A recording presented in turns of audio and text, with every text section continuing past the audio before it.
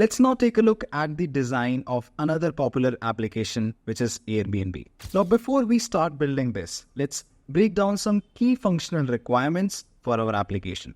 Now, there will be two types of users that will be using our application. First is the property owners. These are the ones who actually list their cozy cabins, their beach houses, their apartments, etc. And the second would be guests. Guests are the one who are trying to look for such properties to escape their daily grind. Now let's take a look at the functional requirements for each of those.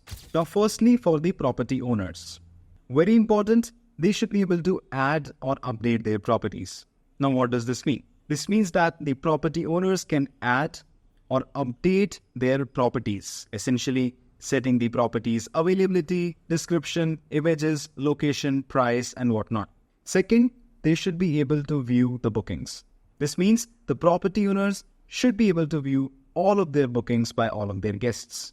Now let's take a look at the functional requirements for the guests. First, search properties. Now the guests should be able to search for the properties, based on various criteria like location, price, etc. Second, view properties. This means after searching where they get a list of the properties, whenever they click on a specific property, they should be able to see all the details related to that property. Third, book properties. The utmost important, they should be able to book a property of their choice. Fourth, view bookings. The guests should also be able to view their own booking history, essentially all the bookings that they have made in the past. Let's now take a look at the non-functional requirements. First, let us take a look at these for the property owners. Now there are two primary non-functional requirements we'll focus on for the property owners. First is availability and second is scalability. By availability, I mean that our system should be highly available with an uptime of 99.999%, which is 5 nines. For scalability, the system should be able to scale up smoothly even when more properties are added and more people begin using it. For the guests, let's focus on three primary non-functional requirements: availability, strong consistency, and moderate latency. So availability, the system should again be highly available with an uptime of 99.999%. Strong consistency. Now when a guest books a property, no one else should be able to book that same property for the same time. Else, it will lead to conflicts and confusion. In other words, bookings should have strong consistency. Third, moderate latency. It's okay if booking takes a few seconds, but it should still happen fairly quickly. Now let us move to the capacity estimation for the Airbnb. Now for Airbnb, let us assume that our daily active users is 10 million. This means 10 million people are booking their stays, checking their bookings, adding new properties, etc. every day. And as the platform grows, this number could go even up more. And by the way, this includes the property owners as well as the guests. Next, let us move to the monthly active users. Now, monthly active users means the total number of unique users that interact with our platform at least a month, contrary to at least a day for daily active users. For Airbnb, let us assume that our monthly active users is around 100 million. These are the people who may not log in daily but are still active and come back to use the platform sometime within the month. Also, this includes both the property owners as well as the guests. Next, let us move to the throughput estimation. Now for throughputs, let us estimate the number of writes per second and the reads per second.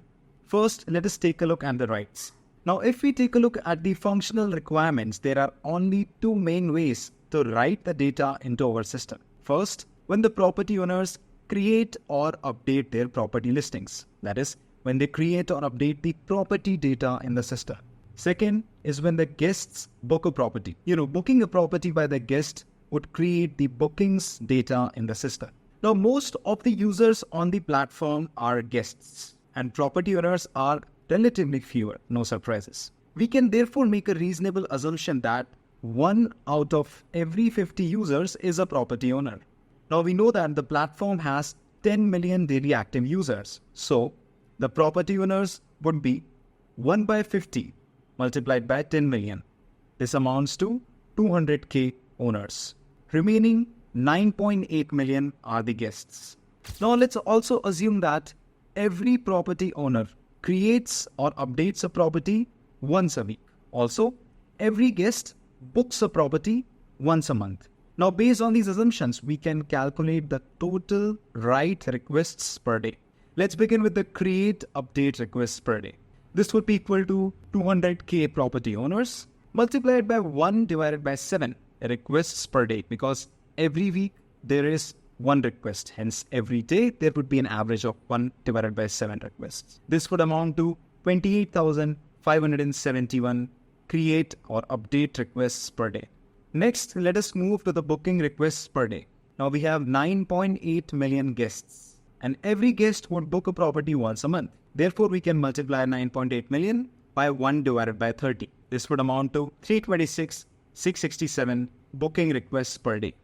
Therefore, the total write requests per day would be nothing but sum of the create update requests and the booking requests. So 28,571 plus 326,667. This amounts to 0.35 million write requests per day. Now, just like we calculated the throughput for writes, we can also estimate the reads throughput for our system. We want to take a shot at it. Now, let us move to the storage for the capacity estimation. Let's move to the property data first. Now, let's assume that each property listing, it includes images, description, and metadata. So each property listing on an average requires 10 KB, which is property details, plus 450 KB, which is images, plus 40 KB, which is the extra metadata. This amounts to around an average size of 500 KB. Now, from our throughput estimation, we know that there are 28,571 new property create or update requests that are made per day. Thus, the total storage required per day for property data is equal to 500 kilobytes multiplied by 28,571 requests per day. So this amounts to 14.29 gigabytes per day. Therefore, the total storage required in 10 years would be 14.29 gigabytes per day multiplied by 365 days multiplied by 10 years. This amounts to 52.15 terabytes for the property data. Now let's move to the bookings data. Now, bookings are much smaller compared to the property data, but still essential. Each booking includes information like dates, guest info, and property details. Now let's assume that each booking requires an average of 1 kilobyte of storage. Now, from our throughput estimation, we know that there are 326,667 booking requests per day. Therefore, the total storage required per day for the booking data would be equal to 1 kilobyte multiplied by 326,667 requests per day. This amounts to 326.67 megabytes per day. Thus, the total storage required in 10 years is nothing but 326.67 multiplied by 365 multiplied by 10, which amounts to 1.19 terabytes for the booking data. Therefore, the total daily storage requirement for both the property and the bookings data would be nothing but the sum of 14.29 gigabytes plus 326.67 megabytes. This amounts to 14.61 gigabytes per day. Let us now move to the capacity estimation for the memory part. Now, by memory, I mean the cache memory size. Now, as you all know that accessing the data from the database takes a long time. But if we want to access it faster, we use a cache. Let's make a reasonable assumption that we will store 5% of the daily data in our cache. This amounts to 5% of 14.61 gigabytes per day, which is nothing but 0.73 gigabytes per day. Also, the memory size should scale as our system grows. Let us now move to the capacity estimation for network and bandwidth. Now first, let us estimate the data flowing into the system, also called as the ingress. Now this represents the amount of incoming data into our system, which will definitely eventually get stored. So we can say that for estimating the total incoming data into our system, we can just see the amount of data that we store in a day. Now, from our previous analysis, we already estimated the daily storage requirement as 14.29 gigabytes per day, which is the property data, plus 326.67 megabytes per day, which is the bookings data, or a net of 14.61 gigabytes per day. Thus, the total incoming data per day would be nothing but 14.61 gigabytes per day. Therefore, the total incoming data per second, which is nothing but the ingress, would be 14.61 gigabytes per day divided by 24 into 60 into 60, which is the number of seconds in a day. Now this amounts to 169.1 kilobytes per second. The key thing here while estimating the ingress is the fact that this incoming data in the day is nothing but the storage requirement for the day. Now let us move to the data flowing out of the system, which is the counterpart of it, that is called egress. Now this data is mainly read effectively by two operations that we saw: searching for the properties and viewing the property details. Other operations like viewing bookings have a much smaller data size, around 1 kilobytes per request. Also, they have a significantly lower throughput. Therefore, we can safely ignore them for outgoing data calculation. We'll make a reasonable assumption that all the data that is flowing out of the system is just by two operations: searching for properties and viewing property details. Now let's move to the search requests. Let's say that each search request returns 10 properties. Now the average size of one property listing is 500 kilobytes. So the data returned per search request would be nothing but 10 properties multiplied by 500 kilobytes, which is nothing but 5 megabytes. Now we also know from the quiz that there are 2.94 million search requests per day. Therefore, the total data read for the search requests would be nothing but 2.94 million multiplied by 5 MB, which amounts to 14.7 terabytes per day. Now let's move to the second one, which is view property requests. Let's assume that the average size of each property listing is 500 kilobytes. Now there are around 5.88 million property views per day. From the quiz, we already know this. So the total data read for viewing properties would be nothing but 5.88 million multiplied by 500 kilobytes, which amounts to 2.94 terabytes per day. Therefore, the total outgoing data per day would be nothing but the sum of 14.7 terabytes per day, which is for the search requests, and 2.94 terabytes per day, which is for the property view requests, totaling up to 17.64 terabytes per day. Hence, the total outgoing data per second on the egress would be nothing but 17.64 terabytes divided by number of seconds in a day. This amounts to 204.2 megabytes per second. Let's now move to the API design part. First, we'll try to design the API when the property owner actually creates or updates the property. Let's see how the API looks for that. Now, whenever the property owner asks the server to create a new property listing on the website, he's precisely using a REST API. Here are the technical details.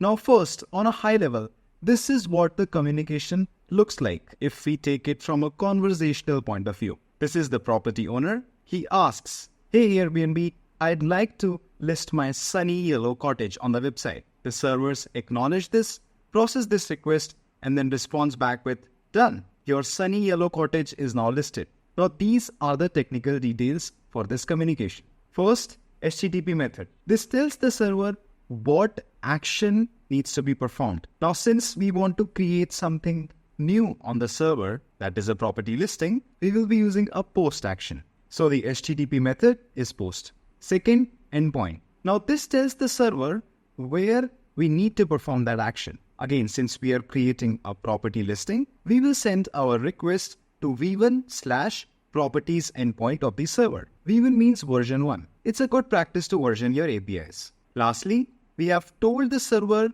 that we want to create a property listing, but we haven't yet provided the details about that property. Now this information is sent in the request body. Things like owner ID, which is the ID of the property owner, the name, which is the name of the property, location, which is the location of the property, the city, the state, the country, the description, which is like a short description for the property, the price, which is the nightly price to rent that property, then availability, which tells the dates when the property is available for rent, the amenities, which tells what features does the property offer, like Wi-Fi, parking, etc. And then images. These are nothing but the associated images with that property that you see on the listing. Ultimately, the Airbnb servers, after it processes the request, responds back with the status code of 201. 201 means something is created on the servers. The status is success, the message is property created. It also spits out the property ID, and then it also spits out the created at timestamp. Let's now move to the API design when the property owner wants to view all his bookings. Now, when the property owner wants to see all his bookings, he would send an API request to Airbnb server. What is that API? Precisely that API is the REST API. Here are the technical details.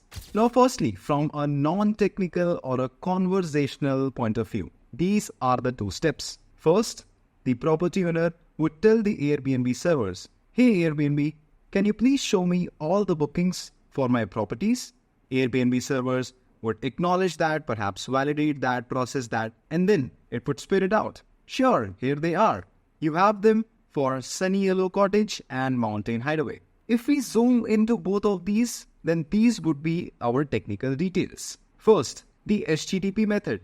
Now, as we know that this HTTP method is essentially telling the server what action needs to be performed. Now, since the owner is retrieving the booking data and not creating it, therefore, we will be using the GET method. Second, HTTP endpoint. Now, this tells the server where we need to perform the action. Since we are viewing the bookings for a specific owner, we will send the request to v1/owners/owner ID/bookings endpoint. Owner ID is a placeholder for the actual property owner's ID. The server uses this ID to get all the bookings for the properties which is owned by that owner. Also, the GET requests, they do not include a body because they are used to fetch the information and not to send the data. So we'll skip the HTTP body now. After sending the request, the server would process it and then returns a list of bookings for all the properties owned by that owner. The response includes the booked properties and their details. This includes things like property ID, which is the unique ID of the property, property name, which is the name of the property, the booking ID, which is like a unique ID given to each booking, guest name, which is the name of the guest who made that booking, then check-in and check-out dates. These are dates of the guest's stay. Then the total price, which is the total cost of the booking, and then the status, which is the status of the booking. Example, confirmed. You can see in the diagram that our server returned 2 bookings for that property owner, one for Sunny Yellow Cottage and another for Mountain Hideaway. Let us now look at the API design for search properties. Now, when a guest wants to search for the available properties, he will send an API request to the Airbnb servers. We will use a REST API for this communication. Here are the technical details. Now, on a super high level, if we look from a conversational standpoint, this is how the interaction looks. The guests would tell the Airbnb, "Hey Airbnb, can you show me the available properties in Aspen from October 15th to October 20th? Airbnb acknowledges this request, processes it, and then returns back, "Sure, I found Sunny Yellow Cottage and Mountain Hideaway, both available for your dates." Now let us zoom into the technical details. First, HTTP method. This tells the server what action needs to be performed. Now, since we want to get all the properties based on our search, we will use a GET method. Second is the endpoint. This tells the server where we need to perform that action. Now here, the guest wants to search for the properties. So we will send our request to vwith/properties/search endpoint. We will also use appropriate query parameters like city, which is the location where the guest wants to search. Next is the check-in and check-out. These are the dates for which the guest needs the property. So the full sample URL would look like v1/properties/search followed by a couple of query parameters, which is the city of Aspen and check-in and check-out dates. Now note that GET requests do not include a body because they are used to fetch the information, not to send the data. The information about the search, like the city and the dates, is actually passed as the query parameters in the URL itself. After sending the request, the server processes it and returns a list of available properties based on the search criteria. Here is one sample. The server has returned 2 properties which fits the search criteria, which is the Sunny Yellow Cottage and Mountain Hideaway. In addition to them, it has also provided some details about those properties like the property ID, name, description, price per night, availability, and images. Next, let us move to the API design when the guest actually clicks on one of the properties that he has found in the search page results. Now, when he clicks the property, he is able to view all the details about that specific property.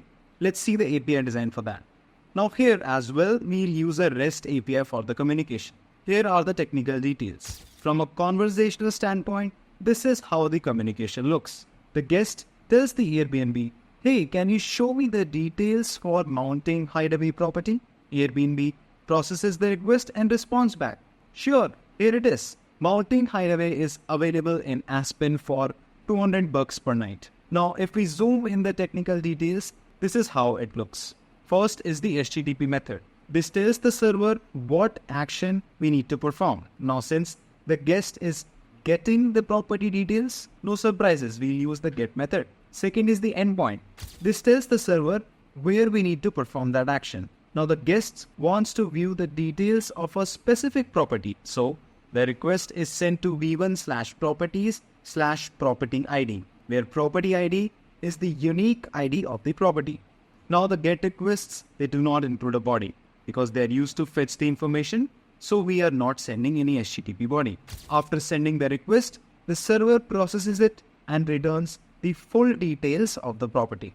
This is how the sample looks like. The owner ID, the name, which is Mountain Hideaway, the location, which is Aspen, Colorado, USA, the description of the property, price per night, availability, amenities, type, and images, and some other additional data as well that you generally see on a view property page for any specific property.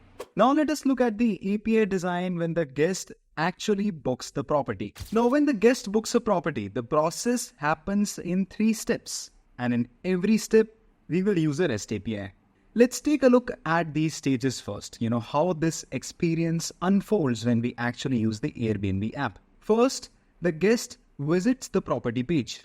This is the same page on which he is seeing the details of that property. He would pick the dates here and then click the book button. A payment page shows up, and then the guest would enter his payment details. They can pay with a credit card or through services like PayPal. If they choose PayPal, they will get redirected to PayPal's website for a moment to complete the payment. Next, finally, Airbnb checks if the payment was successful. If yes, it confirms the booking. And then you can see the booking confirmation page.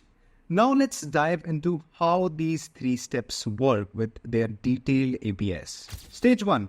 This is when the guest would visit the property page, choose the dates, and then click on the book button. Now the steps 1 and 2 in this diagram demonstrates this. Effectively, what is happening here is that the guest is starting the booking process by creating something called as a booking session. The actual booking will happen later in the stage 3, after the payment is successfully completed, which happens in stage 2. This stage is where just the booking session is created so that we could initiate the booking process. Now, from a conversational standpoint, this is how the interaction looks for the stage 1. The guest say to Airbnb, "Hey Airbnb, I want to book Mountain Hideaway from October 15th to October 20th. Airbnb acknowledges this request, processes it, and then returns back, "Sure, your total is $1,000. Please proceed to the payment." Now diving into the technical details. HTTP method. As you all know, this tells the server what action needs to be performed. Now since we want to create a new booking session, we will use the post action because this is related to creating something on the server. Next, the endpoint. This tells the server where we need to perform that action. Now the request is sent to the v1/booking sessions endpoint because this is where we want to create a booking session. Next is the HTTP body. Here we'll send all the necessary details about the booking, such as which property, which is the guest making that booking, how many guests, and the stay dates. Once Airbnb receives this request, it would respond back and then redirect the client to a payment URL, asking the guest to complete the payment. This URL is effectively the endpoint of the payment gateway. Payment gateway is something which is used to securely handle and process the payments from the client. Let's come to the stage 2. the guest completes the payment. This is the step where the actual payment is being made. I've added the steps 3 and step 4 in our diagram. Now these step 3 and step 4 is precisely where this payment flow is happening. Now from a conversational point of view, what is happening? In the step 3, the guest says, here are the payment details. The payment gateway receives these details and then would carry on the transaction. If it is successful, it would return back payment successful. Now let's dive into the technical details of these communication. HTTP method. The client uses the post action to send the payment information to the payment gateway. Post is again used here because we are not getting something from the server, but on the contrary, sending or posting something on the server. Next is the endpoint. The client uses the payment gateway URL received in the last stage as the endpoint. Now this is the payment gateway URL that was received, as you can see in the step 2. This payment URL in the JSON that I've highlighted. Now this payment URL itself is the endpoint for this step 3. Next is the HTTP body. Now no surprises. All the payment details that are needed are provided in this HTTP request body. Ultimately, the payment gateway would securely process the payment and send back a payment token. Now what is a payment token? A payment token is something that acts like a proof for the transaction or a receipt for the transaction. Finally, the stage 3, where Airbnb would confirm the booking. Now I have added step 5, step 6 and step 7 to the diagram to illustrate this. Now let's see how the things are from a conversational point of view. Now in step 5, this is where the actual booking happens because the guest has already made the payment.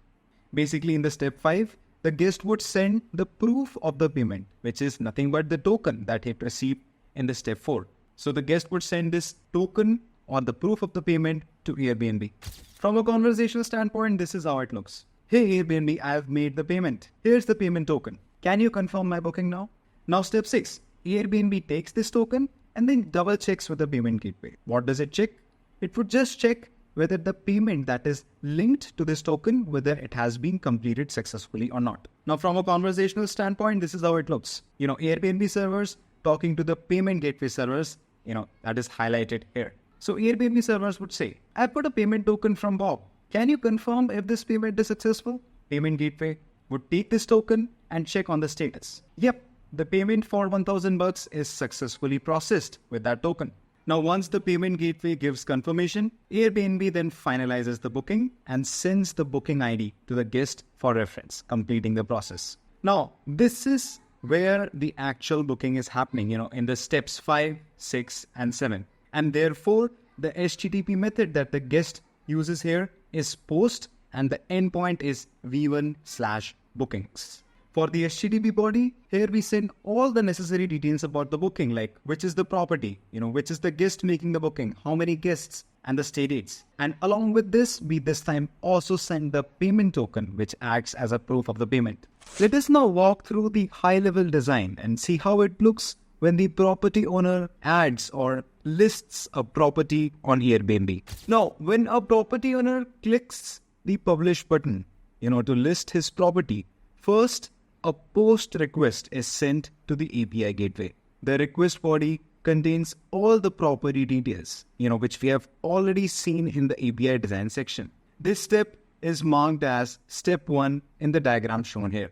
Next, the API gateway would then receive this request, perhaps validate that, authenticate it, and authorize it, and then ultimately route this request to the property service. It routes this request to the property service via a load balancer so that the requests are evenly distributed between different instances of that service. Next, the property service would then add a new property entry into the properties DB. This is the final step that is shown in the diagram, that is the step 3. Here you can see that a new property entry is created in the properties DB. With things like ID, name, description, price, available start, available end dates, owner ID, city, state, country, and other details. This flow is pretty straightforward, right? But so far, if you closely notice, we haven't included the property images in this flow. If you look at the table above, you'll notice that the images are missing. But in reality, it's natural for the properties to also include a lot of images. Now let's see how the flow would look for that case. The flow would conceptually be the same. Most of the steps would be pretty similar, but just a few extra steps would be added at the beginning to upload the images. Here's what happens. When the property owner selects images from their device to upload to the Airbnb app, then behind the scenes, these images are actually getting uploaded to the Airbnb server. Let's understand this with the help of this diagram. Now, as soon as the property owner selects the images and then uploads them to the Airbnb application, then behind the scenes, there is a request that is getting sent to the API gateway. In this request, the property owner is asking for a pre-signed URL to upload the images. A pre-signed URL you can think of is like a special link that would allow the property owner to upload the images directly to the object storage. The API gateway would route this request to the pre-signed URL generator service via a load balancer. The pre-signed URL generator service would then communicate with the object storage and then generate a pre-signed URLs for each of the images. These URLs are then returned to the property owner. The property owner then uses these URLs to upload the images directly to the object storage. When I say directly, I mean there is no involvement of any server in between. Object storage then also pushes these images to a CDN or content delivery network. This is so that they can be accessed quickly from anywhere in the world, improving the geographical accessibility. After uploading the images, the URLs of the uploaded images are then returned to the property owner.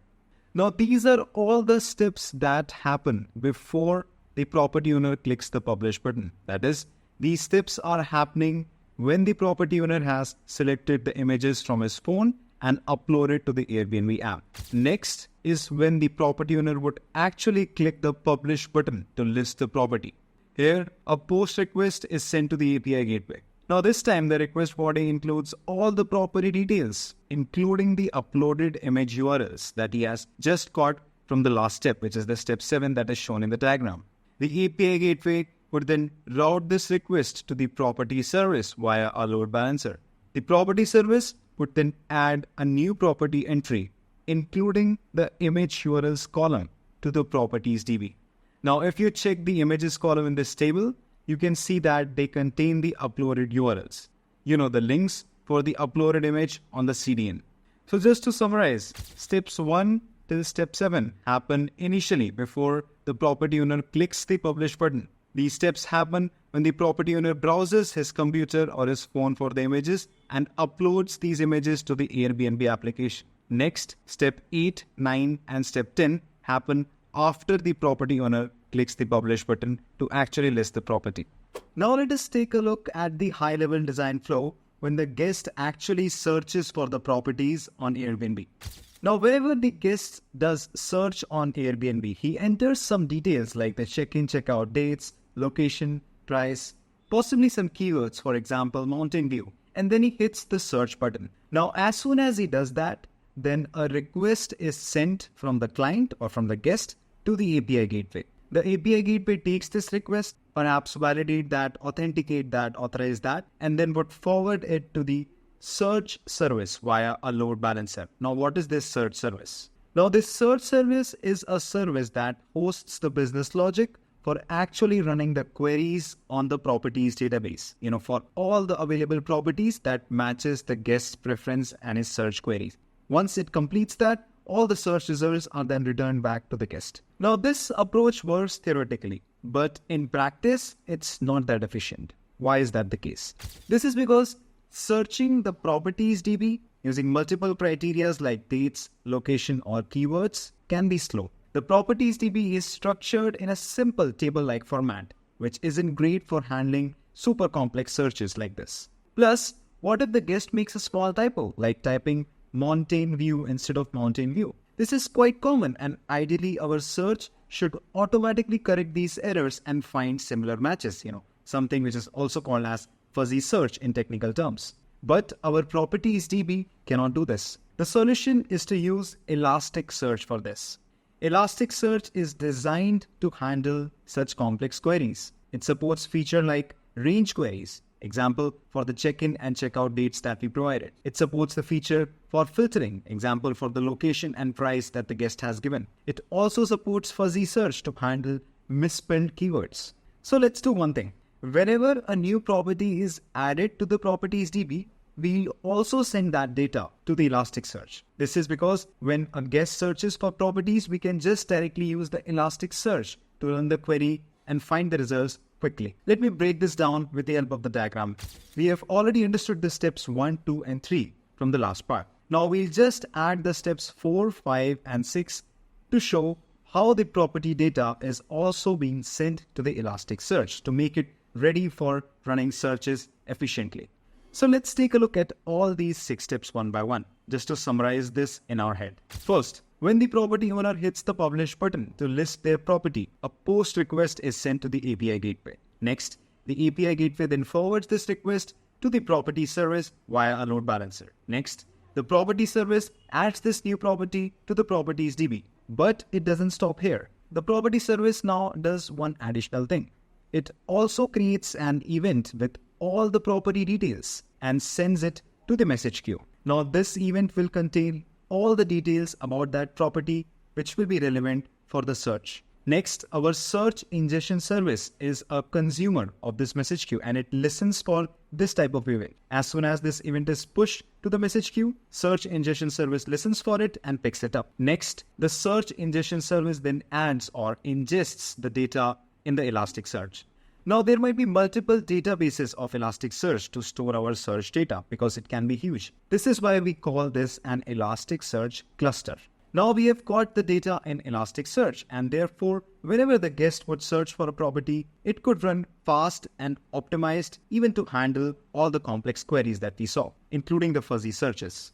So let us take a look at these steps one by one when the guest would search for the property, and let's take a look at the updated flow. First, whenever the guest clicks the search button after selecting the check-in, check-out dates, location, price, or maybe even typing something like CView as a keyword, as soon as he does that, a search request goes to the API gateway. The API gateway then sends this request to the search service via a load balancer. Now the search service in step 3 looks for all the matching properties in the Elasticsearch cluster, based on the guest's preferences and based on the parameters that the guest has provided. Ultimately, all the search results are returned back to the client. So basically what we are doing in this highlighted part is we are preparing the search data in advance, proactively and not reactively.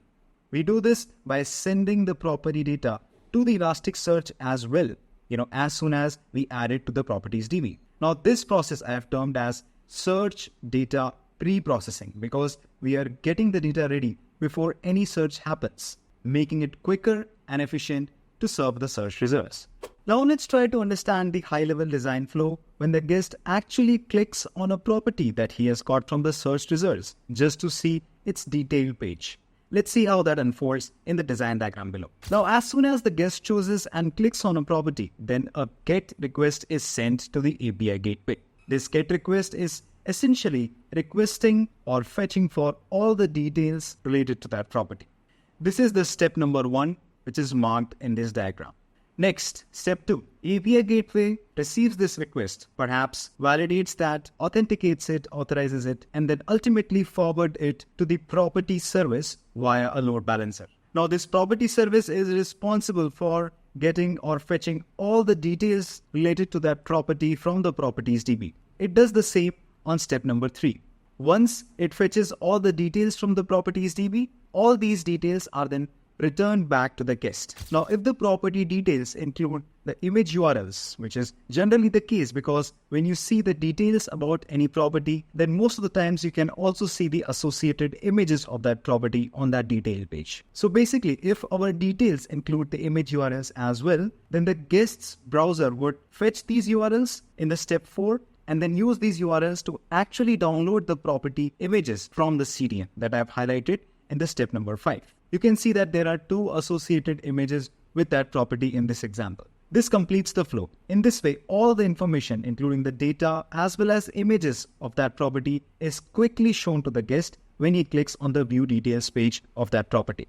Now let's break down the flow and see what happens when a guest actually books the property. The flow starts with the guest landing on the property's detail page. After getting convinced about the property, he would enter his check-in and check-out dates along with the number of guests. Then he would click the book button.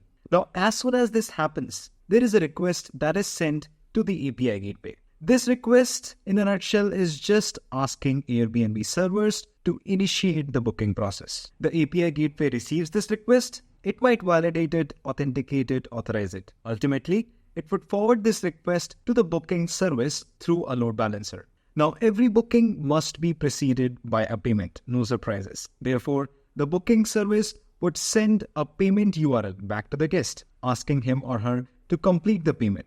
This URL actually takes the guest to a payment gateway.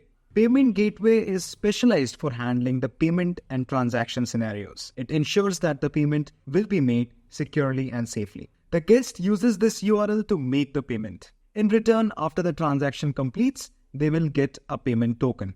This token is nothing but it's just a proof of that transaction. Next, the guest sends this payment token and the booking details back to the API gateway, as you can see highlighted in the step 5. Step 6, the API gateway would then forward this information to the booking service via a load balancer.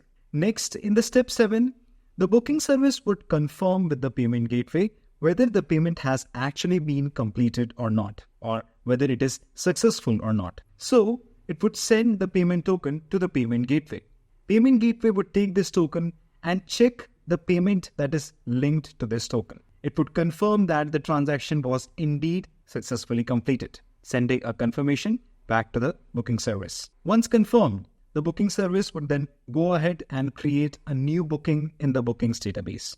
You can see this in the step 8 in the diagram that a new record is created with the ID of the booking, the property ID, the name of the guest, owner ID, check-in, check-out dates, and other related information. The booking service doesn't stop here. It would also create an event for this thing and send this event to the message queue. Now this event will contain all the booking details. Now from this point, there are 3 consumers to this message queue, or 3 services who are listening for the events from this message queue. First is the notification service, second is the property service, and third is the search ingestion service. All of these services will pull this event from the message queue. Now let's see how each of these services will use this event. First, the notification service. Quite straightforward. It would just first get the owner's ID from the event, and then it would use that owner's ID to notify the owner that his property has been successfully booked. So effectively, the notification service would use the event to send the notification to the property owner. Next, the property service. The property service would extract the check-in and check-out dates from this event. It would then use these dates to update the availability of the property in the properties DB. This is necessary to block off the booked dates for that property so that the next guest is not able to book on the same dates. Same goes for the search ingestion service. It uses the check-in and check-out dates extracted from the event to update the availability of the property in our search data in the Elasticsearch cluster. This ensures that this property won't show up in the searches for the dates that it has been already booked on. Now let us take a look at the high-level design when a guest or a property owner tries to view all his bookings.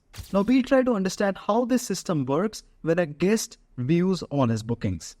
Conceptually, the same flow would apply for the property owner case when they check all their bookings that have been made for their properties. So I'll just explain both of them with the help of this one diagram. Now when a guest or property owner clicks the view bookings button, a GET request is sent to the API gateway. The API gateway then forwards this request to the booking service via a load balancer. The booking service would then retrieve all the bookings from the bookings database for that guest. If the request is made by the property owner, then the booking service would retrieve all the bookings that have been made for that property owner. Finally, the bookings are sent back to the guest or property owner for taking a look. Now let us move to the database selection part. We'll be looking at all the deciding factors for the different type of databases that we have used in our high-level design diagram, and then make a decision whether SQL or NoSQL fits them. Now in order to decide the database type, here are some general guidelines that you can follow. But just a note, do remember, as I always emphasize, it's not always black and white. A lot of things depends on your project needs and the business case.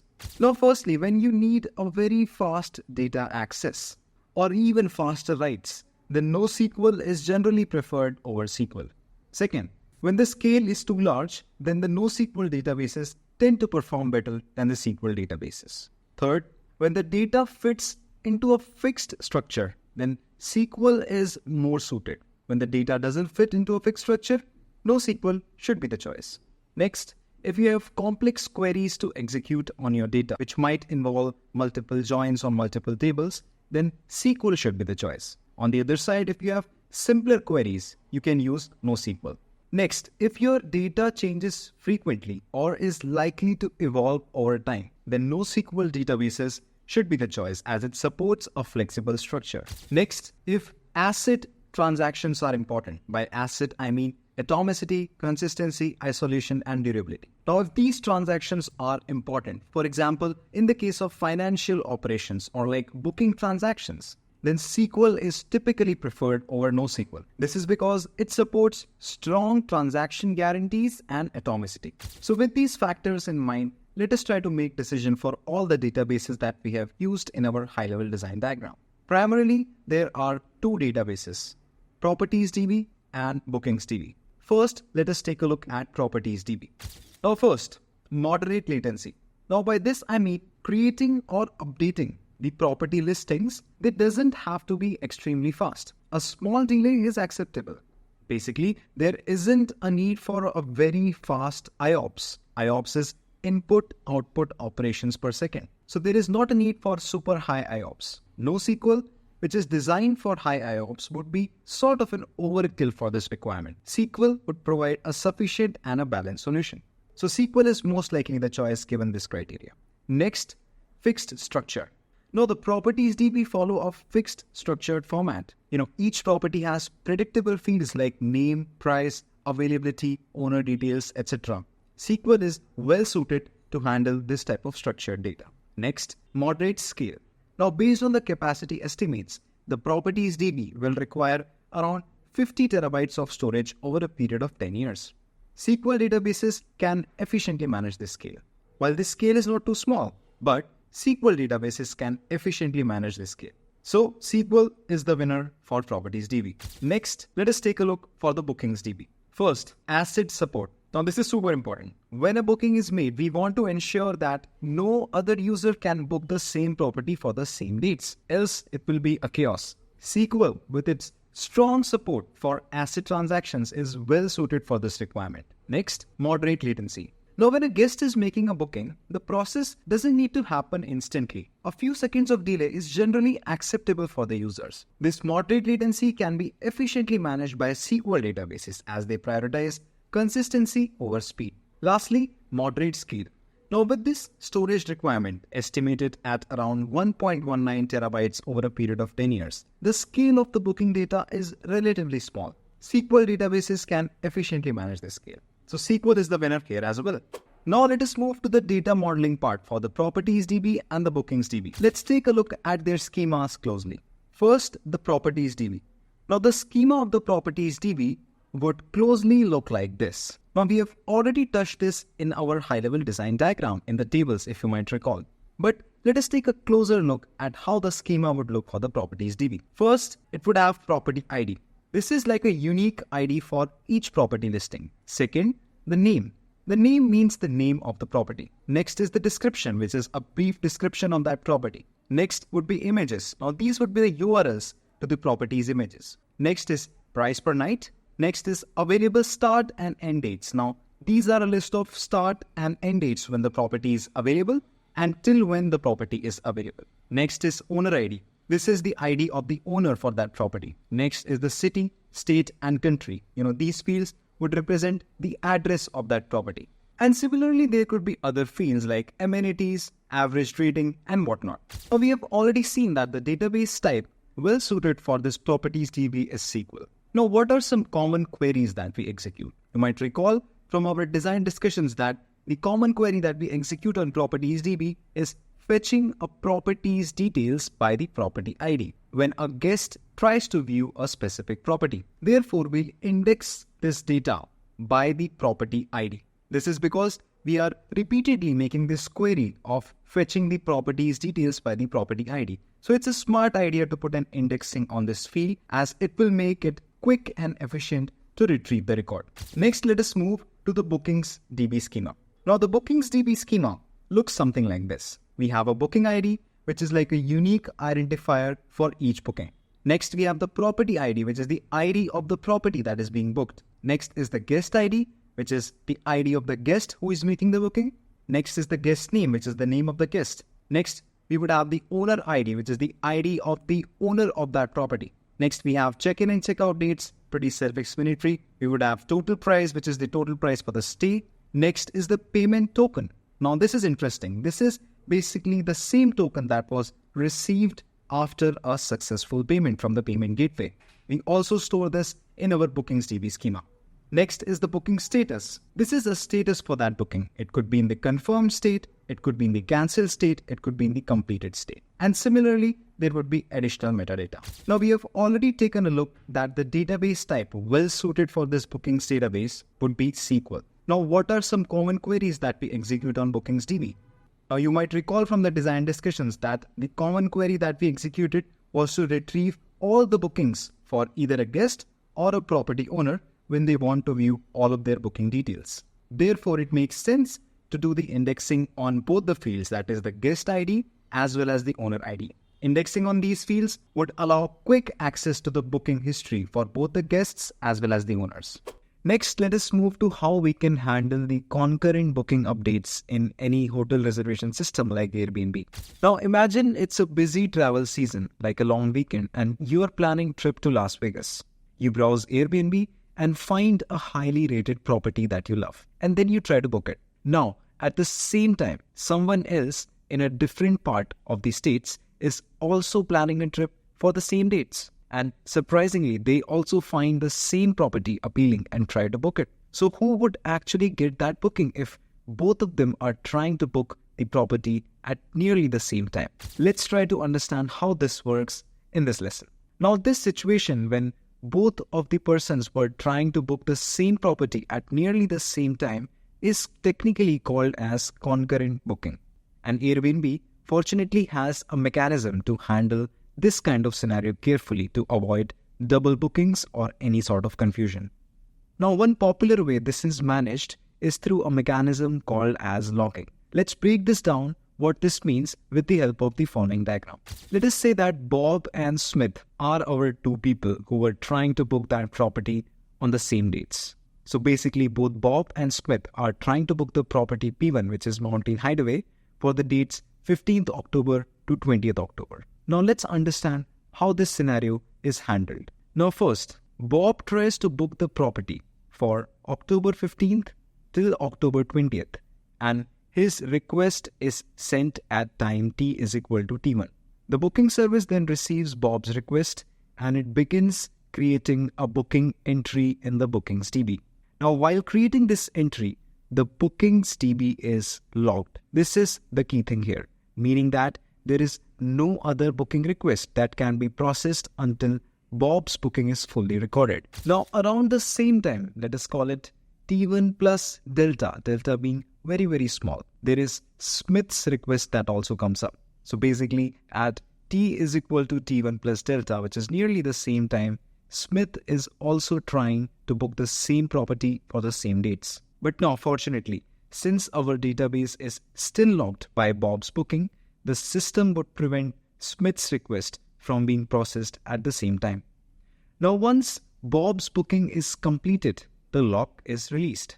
The system now checks if it can process Smith's request, but because Bob has already booked the property for those dates, Smith's booking request will be rejected and duplicate booking will be avoided by this means.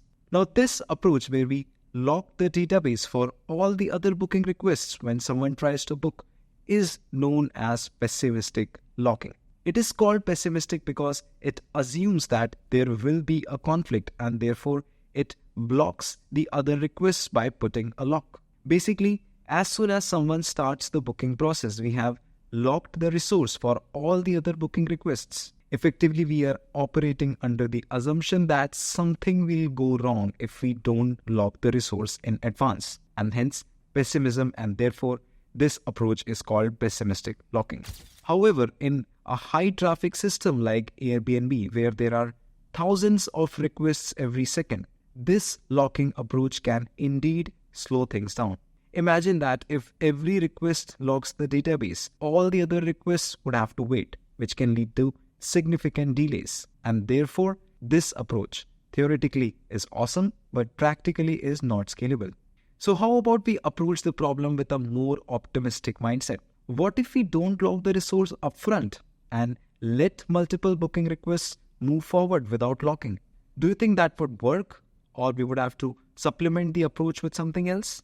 Let's see how that works and why it can indeed be a smarter choice. Think about it this way. When one request is executing and the database is logged, there might be many other requests in the queue that aren't even conflicting. For example, someone else could be booking different dates or a different property altogether. Why make them wait? When it comes to conflicting requests, like in the case of Bob and Smith, where both were trying to book the same property for the same dates, we can still process both the requests. But just before we finalize them, we'll check for conflicts in the database. Now, if there is already a booking for those dates, we'll reject the conflicting requests and then ask the user to try again for different dates. So to summarize, the idea is simple. Allow all the requests to go through without locking so that there is no delay. Before confirming the booking, we will perform a quick check for any conflicts in the database.